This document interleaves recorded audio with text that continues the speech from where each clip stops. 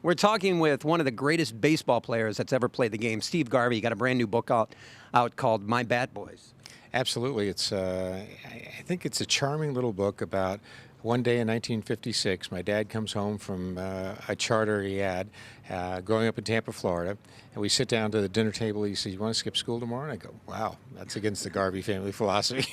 What are we going to do?" And he said, "Well, I've got a charter the next day to pick up the Brooklyn Dodgers from the Tampa airport and take them to St. Petersburg to play the Yankees in an exhibition game." So the next morning I got my blue bandline shirt out and my jeans and my butchwacks for the flat top, and we picked up the bus and drove to the tarmac, and about 8:30 in the morning the K. O'Malley 1 landed, which was the Dodger plane, taxied up. There were no concourses back then.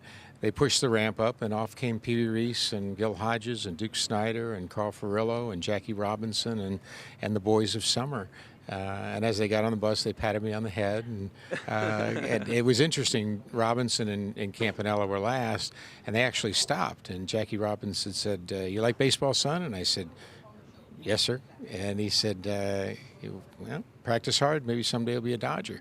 And then Roy, like any other good father, looks at my dad and said, "Hey, Joe, is he a pretty good student?" And my dad covered for me, and he said, "Well, he's not bad. He's having trouble reading." And then Roy said, "Well, you got to study hard too. We always tell the kids, practice and study." And went to the ballpark over in St. Pete, and they asked me if I wanted to be a bat boy, and that was the beginning of 6 years in spring training of bat boying for not only the Dodgers but the Yankees and the Reds and Detroit too. Well, tell me what it was like, because all those legends, especially the Yankees, Mickey Mantle, you were a bat boy for him. Oh, absolutely. And I've got to tell you a charming story. I had been around the Dodgers for 2 or 3 years. Finally, my dad gets a Yankees charter, and we go to some place like Lakeland and play the Tigers.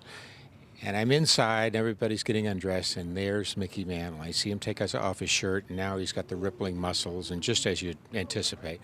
And he gets undressed. Now he's putting on his baseball shorts and so forth. And all of a sudden he starts to wrap his knees in ace bandage because he had osteomyelitis. He had different knee operations. And now as a kid you realize that this man you thought was a bronze god, so to speak, actually has flaws. Actually, is going out there hurting. And it was pretty interesting at that time. So he finally gets up and he puts his jersey on, the great number 7. And he comes by and he stops and he said, "Hi, son, how you doing?" And I said, "Fine." And it's just like a little puppy. He patted me on the head, and I piddled in my pants a little bit, because this was Mickey Mantle. And I guess he had that effect on millions of kids at that time.